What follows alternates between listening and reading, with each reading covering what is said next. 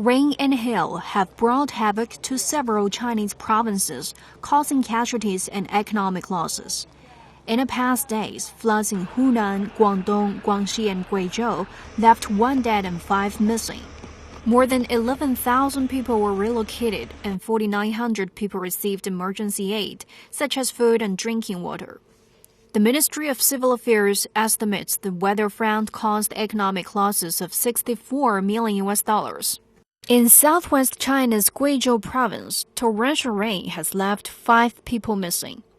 It has also forced nearly 4,000 people to temporarily relocate as of Saturday. The rain damaged more than 520 hectares of crops and over 360 houses collapsed. The rain was very heavy. My house and my crops are all damaged. The rain has cut off tap water and electricity. The roads are all submerged.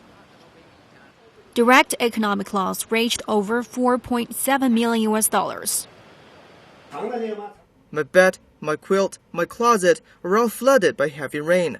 Everything's gone, including my handbook.